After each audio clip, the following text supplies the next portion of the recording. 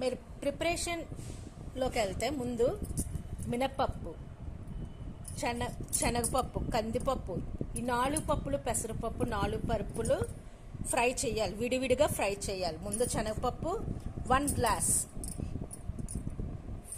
1 glass శనగపప్పు తీసుకుంటే fry చేసుకోవాలి ప్యాన్లో. శనగపప్పు 1 గ్లాస్ అయితే మినప్పప్పు 1/2 కేజీ, పెసరపప్పు 1/2 కేజీ, కందిపప్పు 1/2 కేజీ. ఈ 4 పప్పులు ఈ గ్లాస్ మెజర్మెంట్లో ఇది 1 ఫుల్ తీసుకోవాలి. శనగపప్పు 1 ఫుల్,